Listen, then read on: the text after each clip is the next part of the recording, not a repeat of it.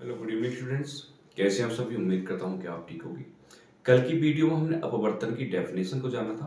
आज पढ़ेंगे हम अपवर्तन के दो नियम। जैसे परावर्तन के दो नियम थे वैसे ही हमारे अपवर्तन के नियम हैं। जो कंडीशन हमने परावर्तन के नियम में पढ़ी थी वही कंडीशन लागू होती है कौन से हमारे अपवर्तन के नियम में। तो अपवर्तन का नियम क्या पढ़ा था हमने कि जब कोई प्रकाश किरण एक माध्यम से दूसरे माध्यम में जाती है, मैं डायग्राम बनाता हूँ दोबारा समझ आ जाएगा कि हमने पहली क्लास में क्या चीजें पढ़ी थी।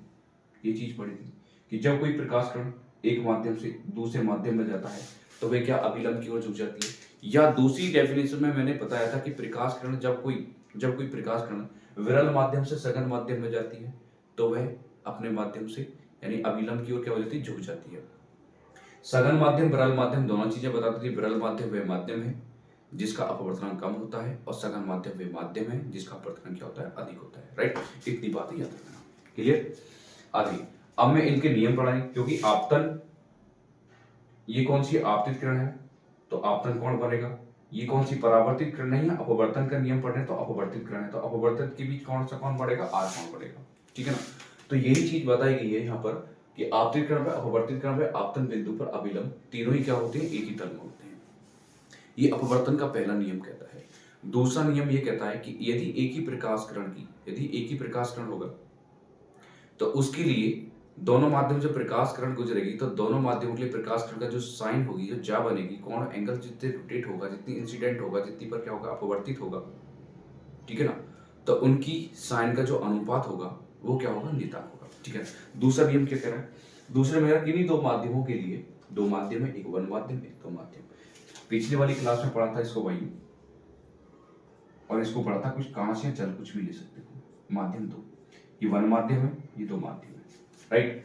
अपवर्तनांक कोण की जा साइन तथा अपवर्तन कोण की जा साइन का अनुपात क्या होता है, नियतांक। यदि यदि यदि यहां क्या हो, आपतन कोण, यदि आपतन कोण क्या हो, आई हो, आपतन कोण आई व अपवर्तन कोण आर हो, तब तब क्या लगाओगे, साइन आई अपॉन में sine r is equal to क्या, नियतांक यानी कांस्टेंट। क्या लगाओगे, नियतांक यानी कांस्टेंट। राइट, इतनी बातें समझ आ रही है, यहां तक की बातें क्लियर।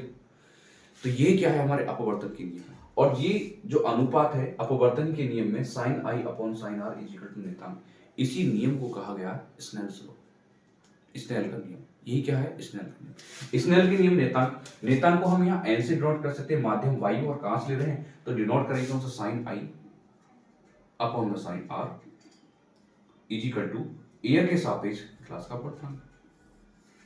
यही क्या है, हमारा स्नेल का नियम है। ये इसी को क्या कहते हैं, इस नियम को स्नेल का नियम कहते हैं। स्नेल का नियम कहते हैं। इस नियम को क्या कहते हैं, हम स्नेल का नियम कहते हैं। बात आई समझ में। आज तक के लिए इतना ही, बाकी हम नेक्स्ट टॉपिक स्टार्ट करेंगे अगली वाली। राइट, यहां तक कि देखते रहिए। और हाँ, पढ़ाई को बोरिंग ना बिल्कुल समझिए।